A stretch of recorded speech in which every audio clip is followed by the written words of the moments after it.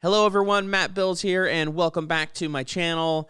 Today, I want to tell you a little story.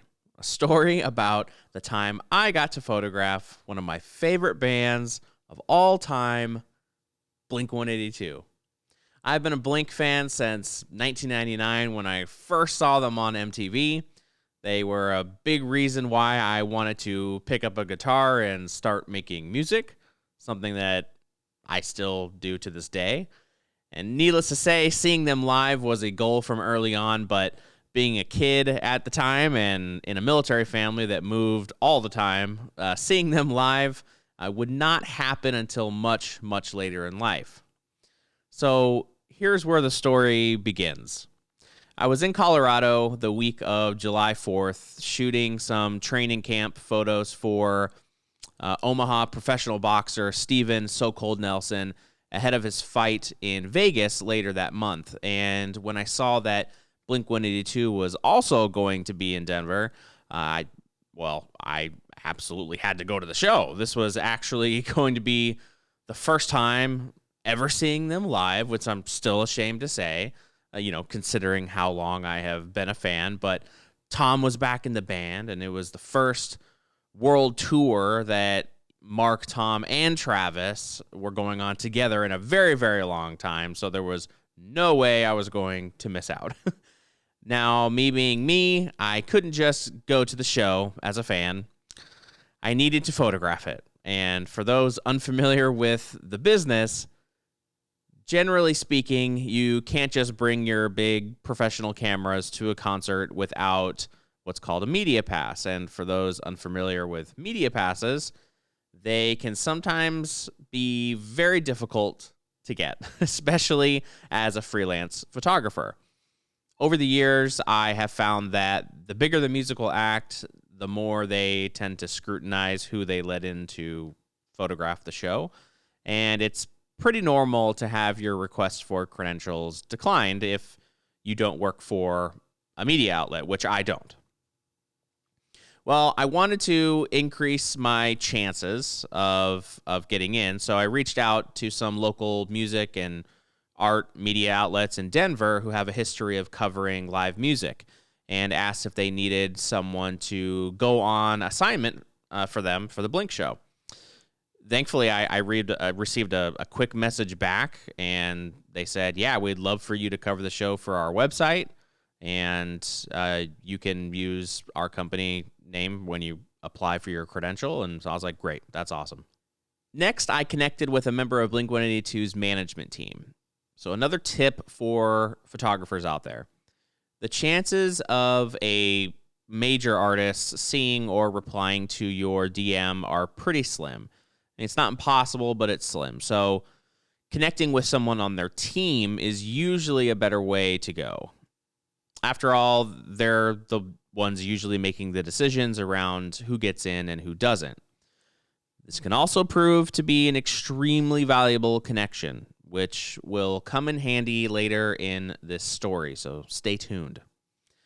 So the day of the show arrives, and wait for it, the credentials didn't work out. I was bummed, but I was going to go to the show no matter what. I had already purchased incredible seats. My wife was in town with me, so we went, and we had a fantastic time. It was awesome. The next day, I received a really nice note from the person on their management team that I had been speaking with that basically said, hey, sorry we couldn't get you in this time, but to let her know if I can make it out to another show, and they'll be sure to get me a pass. So very, very cool of her to take the time to send a note like that. Didn't have to. Very much a class act. So fast forward a few weeks, Blink's last U.S. show on the tour was coming up, so I thought I'd shoot my shot again and fast forward another week or so, and this is where things get a little crazy. So it's a Sunday morning. My wife and I are sitting next to our pool, enjoying our coffee, relaxing, taking in the nice weather, when all of a sudden I'm scrolling through my emails and I just look at my wife dead in the face, and she's looking back at me like, what Why are you looking at me like that? Did someone die? I just received an email saying I'm approved to shoot the next Blink-182 show. Here's the catch. It's tonight at 7 p.m. in Nashville. I live in Nebraska.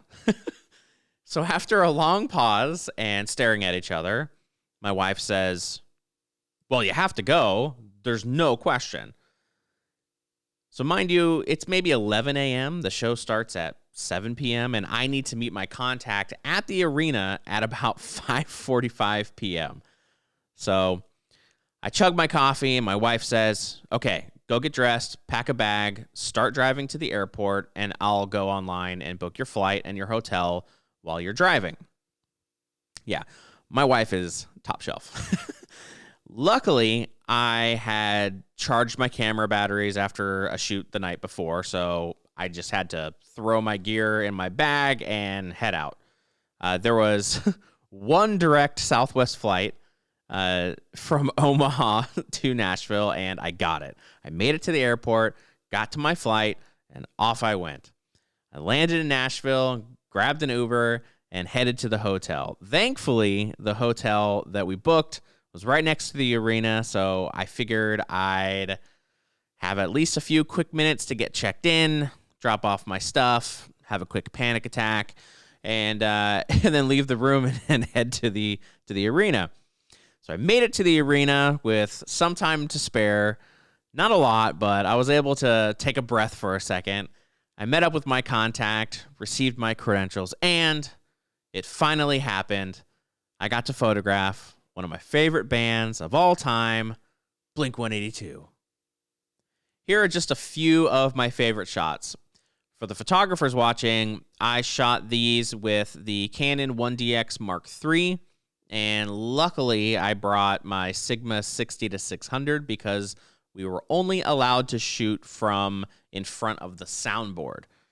But as you can see from the photos, it really wasn't a problem at all. For those who don't know, most shows have a 3-song rule where you're only allowed to photograph the first 3 songs of the show. And then you have to leave or go check your cameras with security, buy a ticket if you don't already have one, and then go back in to watch the show. Honestly, it kind of sucks, but unless you work for the band directly, you usually don't get to photograph the entire concert. But that's okay. I was just happy to be there, and to add to that, they actually gave me a free ticket. So after I was done with my photos, I checked my cameras with security and enjoyed the rest of the show from an awesome seat, which you can see in this photo that I took with my phone. Now for the icing on the cake. As most of us do, I began editing the concert photos as soon as I got back to my hotel, and then continued editing the following morning in the airport on my way back to Omaha. I posted the photos on my Instagram, and of course, I tagged all the band members and was just super excited to share what I had captured. But then I received a notification on Instagram that none other than Travis Barker shared a few of my photos on his IG story and sent me a DM saying that the photos were sick. Yeah. I don't know if there's much else to say. It was incredible. It's just a very memorable experience, a crazy adventure, and I'm just really grateful that it happened. I hope you enjoyed today's video. If you did, hit the thumbs up, leave a comment. I'd love to hear your concert stories. And of course, don't forget to subscribe. It's free. It takes half a second. And I'll be adding more stories behind some of my favorite photos in the future. Have a fantastic day. Thanks, everybody.